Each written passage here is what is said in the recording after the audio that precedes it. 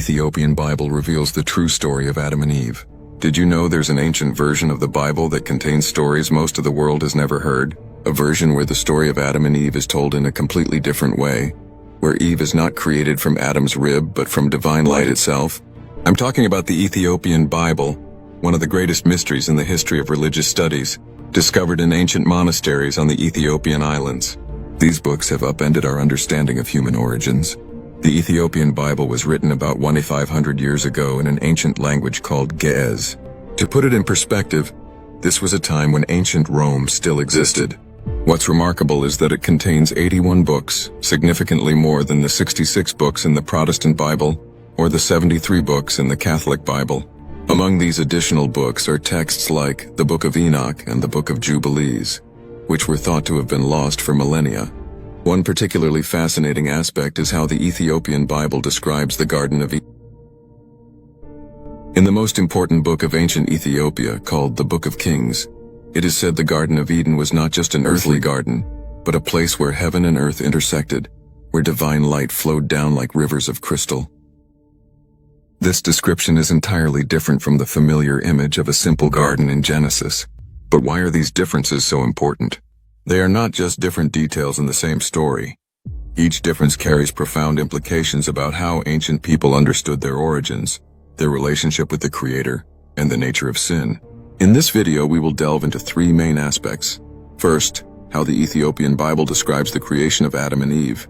Second, the unique revelations about the Garden of Eden and the fall of man. And finally, we will discuss the deep lessons these differences offer us today. This journey of discovery is not just a lesson in history or religion. It is a story about how an ancient text from the distant land of Ethiopia can change the way we see ourselves and our place in the universe. Let's begin the journey to uncover these secrets buried for millennia.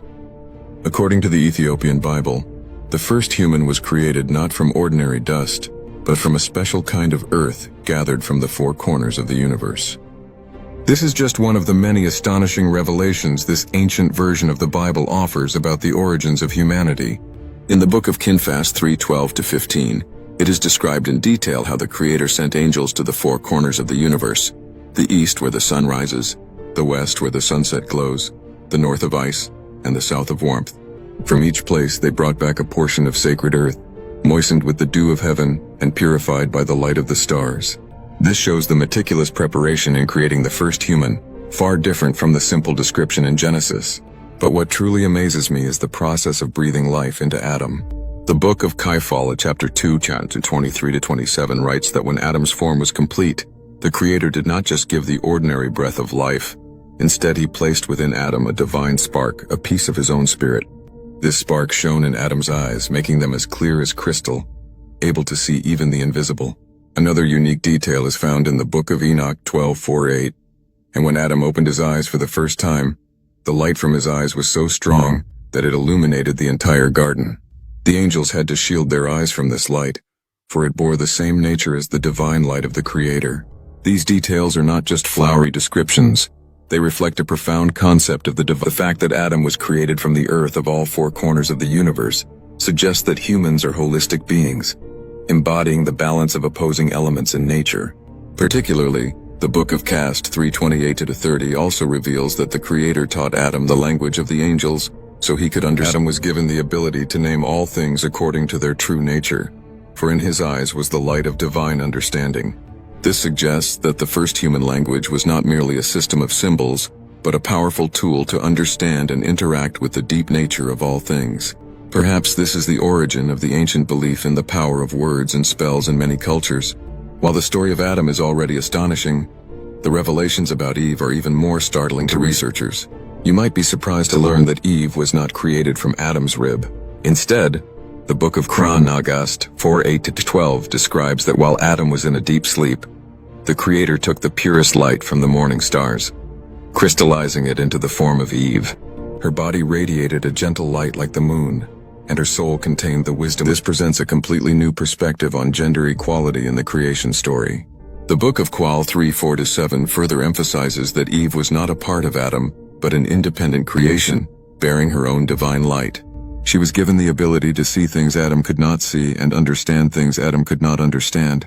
A particularly interesting aspect is the initial relationship between Adam and Eve with the Creator. The Book of Enoch, chapter 15, 8-1, writes that every morning when the dew was still on the grass, they could hear the footsteps of the Creator in the garden. His voice was like melodious music, and the light from his presence made the entire garden glow as if gilded. The way the Ethiopian Bible describes the special abilities of this first couple is even more astonishing. In the Book of Konas 5:15-18, it records that Adam and Eve could see the invisible, hear the voices of angels, and understand the language of all creatures. They could see both the past and the future, for in their eyes was the light of divine wisdom. However, with these extraordinary abilities also came great responsibilities. The Book of Kufa 3:20-23 warns that with greater power comes greater responsibility. Adam and Eve were given the freedom to choose, but they also had to bear the consequences of those choices. This was the first covenant between the Creator and humanity. This leads us to the important question. If Adam and Eve were created so perfectly, what led to their fall, and why were these extraordinary abilities lost? The answer lies in the story of the Garden of Eden and the temptation, a story that in the Ethiopian Bible has shocking details that we will explore in the next section. According to the Ethiopian Bible, the Garden of Eden was not just a garden on earth, but a special space between the material and spiritual worlds. This is one of the astonishing revelations about humanity's first paradise.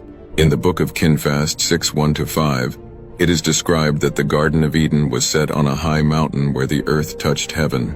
4 crystal rivers flowed from the mountain's peak, carrying divine light instead of ordinary water. The air in the garden contained the essence of eternal life, and every breath in the garden brought wisdom.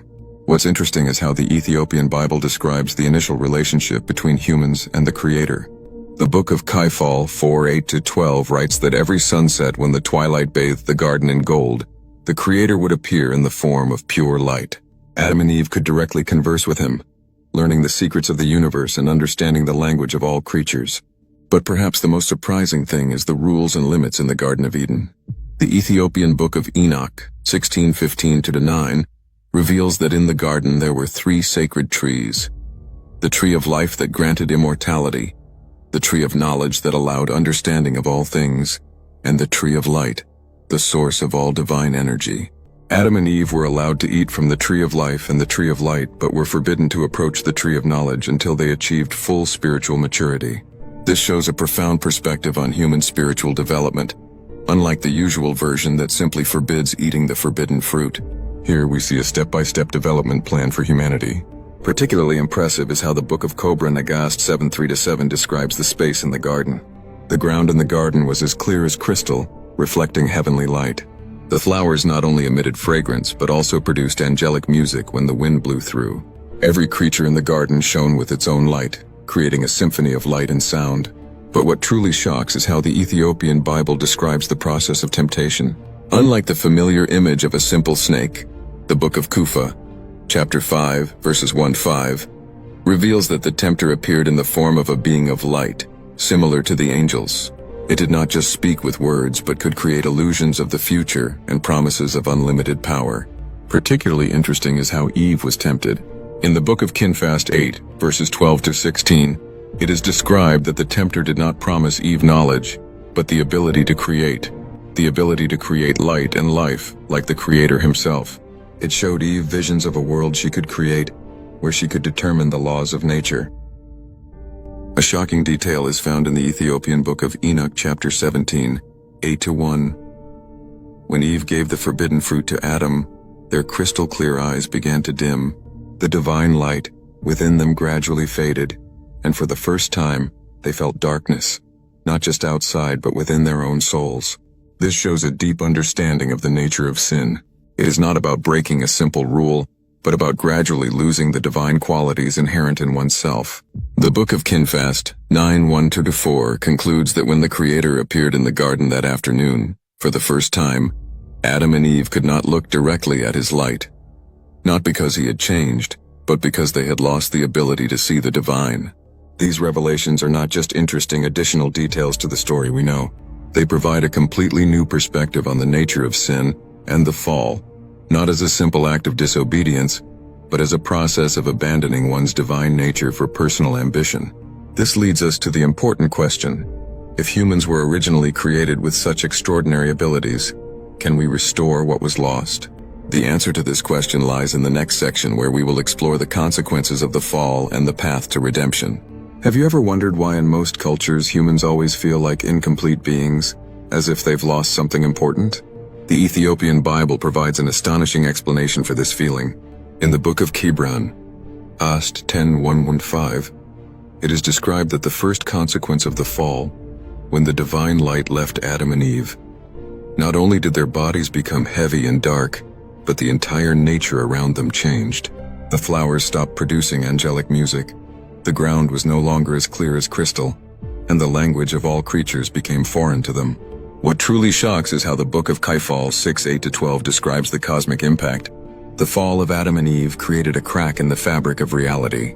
The heavenly light could no longer freely flow down to earth. The 4 crystal rivers of the Garden of Eden gradually turned into ordinary water, and the distance between heaven and earth began to widen. This is a profound explanation of why the world we live in seems to be missing something. It is not just a moral or spiritual issue, but a fundamental change in the very structure of reality. The Ethiopian Book of Enoch 18:15-9 reveals further that before the fall, Adam and Eve could see both the past and the future, understand the language of the angels, and feel the presence of the Creator in every breath. After the fall, they could only see the material world, and the memory of the lost abilities became a persistent pain in their souls. A particularly impressive detail is found in the Book of Ast 11:3-7. When Adam and Eve looked at each other after the fall, for the first time, they could not see each other's souls. Instead, they only saw the outer skin. This is why the text says they realized they were naked, not physically, but the nakedness of the soul, when no longer enveloped by divine light. But perhaps the most important lesson the Ethiopian Bible teaches us about the fall is the lesson of freedom and responsibility. In the Book of Kuale 7:1-4, it writes that the freedom to choose is the most divine gift the Creator gave to Adam and Eve, but it is also the greatest test. Every choice not only affects themselves but also impacts the entire fabric of reality. What is surprising is how the Ethiopian Bible views the possibility of redemption. The Ethiopian Book of Enoch 19:8-2 reveals that although the divine light has dimmed, it has never completely extinguished in humans. In every soul there remains a small spark, a seed of the original divine potential. This is the basis for the hope of redemption. The Book of Khan, Ast 12:5-9, goes further by describing the Creator's mercy. It is not about erasing the consequences of the fall, but about giving humans the opportunity to gradually restore what was lost. Every act of kindness, every moment of deep understanding, brightens a little of the remaining divine spark in the soul. This is an incredibly hopeful and practical message. It suggests that redemption is not a sudden event, but a long process of restoration and reconnection with one's divine nature.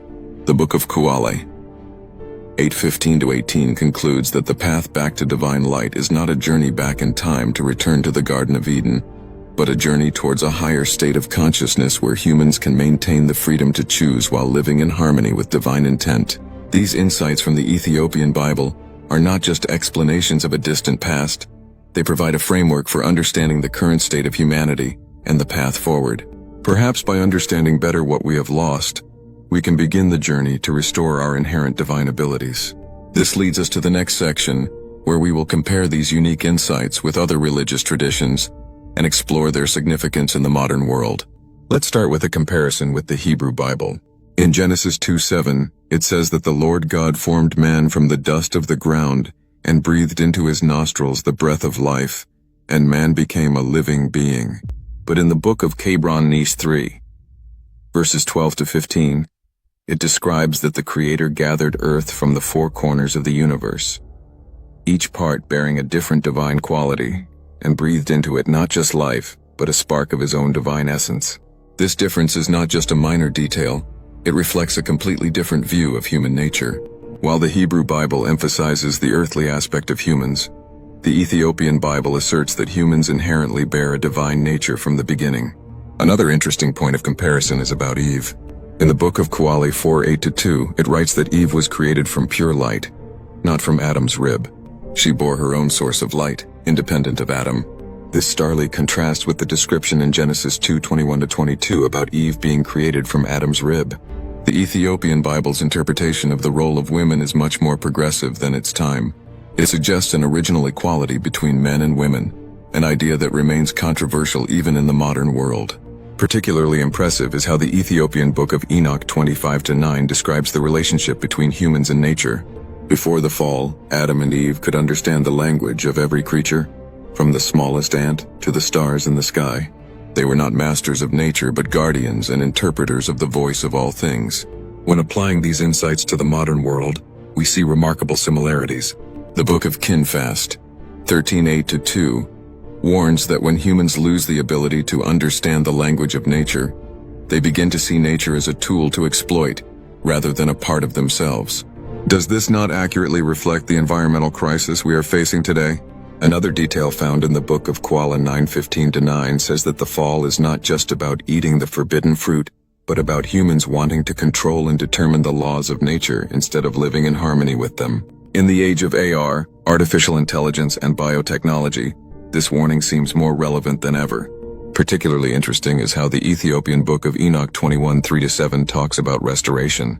The path back to divine light is not about abandoning knowledge, but about learning to use it with humility and respect for the divine order.